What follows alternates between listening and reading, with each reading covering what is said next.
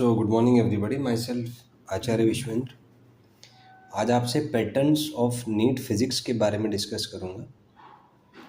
तो मान लीजिए नीट की हम बात करें तो नीट एग्ज़ाम के लिए आपको सब्जेक्ट्स प्रिपेयर करने होते हैं। सब्जेक्ट्स में चैप्टर्स हैं, चैप्टर्स में टॉपिक्स हैं, टॉपिक्स में सब टॉपिक्स हैं और सब फंडामेंटली किसी भी सब टॉपिक में 3 पार्ट्स होते हैं: फैक्ट्स, कॉन्सेप्ट्स और ट्रिक्स।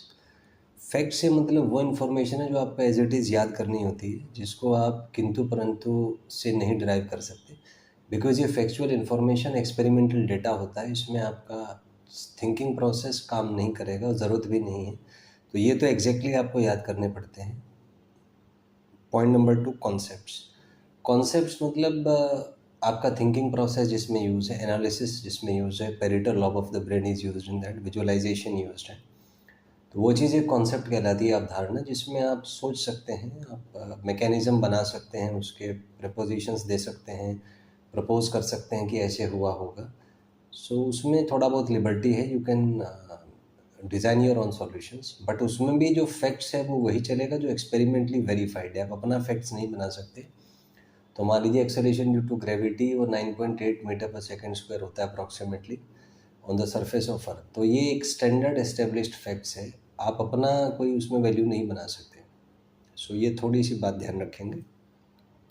और अगली चीज़ है इसमें ट्रिक। तो कई बार इन दोनों को यूज़ करके कुछ ट्रिक्स होती हैं हर सब टॉपिक में, जिससे आंसर में जो आप एल्गोरिथम यूज़ करते हैं, जो कैलकुलेशंस करते हैं, उन कैलकुलेशन को बाईपास करके अगर आप उसको एज ए फैक्ट याद कर लें तो उससे आपका समय बच जाता है।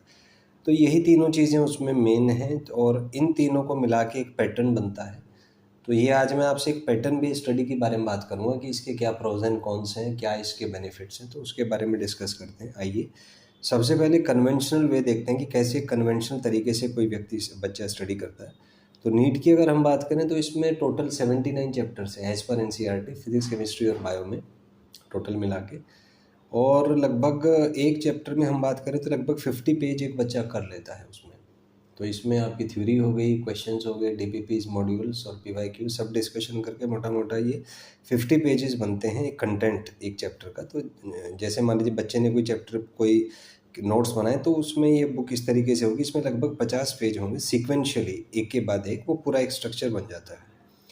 लेकिन इसमें क्या है कि आपको हार्डवर्क बहुत ज़्यादा करना पड़ता है, आउटपुट कम आता है, and there are chances of anxiety, depression, study burnout and study give ups. क्योंकि कॉमन सी बात है कि जितना ज़्यादा वर्किंग में इन्वॉल्व होंगे आपके माइंड ब्रेन सिस्टम पे उतना लोड होगा और उतना ज़्यादा स्ट्रेस आपको होगा।